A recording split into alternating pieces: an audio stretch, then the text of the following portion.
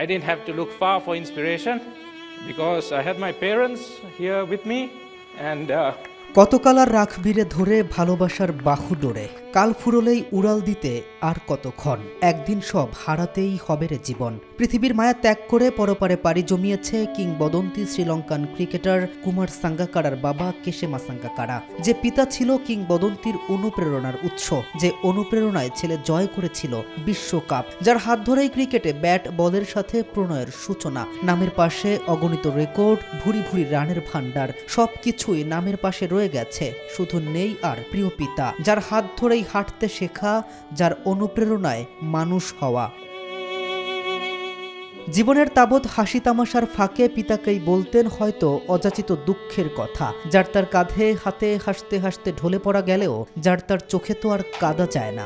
জীবনে এত রেকর্ড, এত ভালোবাসা পেলেও একান্ত ব্যক্তিগত একটা আশ্রয় হয়তো কিংবদন্তির জন্য ছিল তার বাবা। ক্রিকেট যা দিয়েছে তার 1/3 প্রেম আর বাকিটা তো যন্ত্রণাই। নদীর এপার ভাঙে ওপার গড়ে। 2011 সালে ভারতীয় অধিনায়ক মহেন্দ্র সিং ধোনির কিংবদন্তি হওয়ার দিনে আড়ালের হিরো হয়ে ওঠা, বিশ্বকাপ ফাইনালের পরাজয়, সাঙ্গাকারার সেই বিষাদিত হাসিমাখা মুখ মনে আছে নিশ্চয়ই।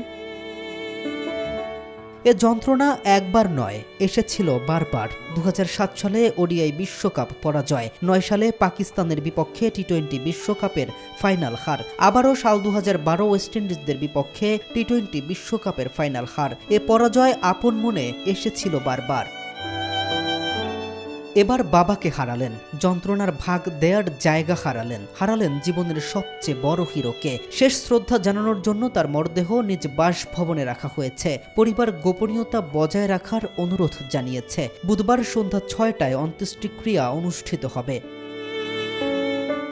শৈশবে বাবাই ছিলেন সাঙ্গাকারার প্রথম কোচ ও কঠোর সমালোচক। তার হাত ধরেই ব্যাট বলের ক্রিকেটের সঙ্গে প্রেম। আন্তর্জাতিক ক্রিকেটে 28,016 রান করায় কিংবদন্তি 2015 সালে অবসর নেন এবং 2020 সালে সব ধরনের ক্রিকেট ছাড়েন। এখন নামের পাশে ভুরি ভুরি রান, রেকর্ড, বিশ্বকাপ সবই আছে, শুধু বাবা নেই। কেম রাফিন, নিউজ 24।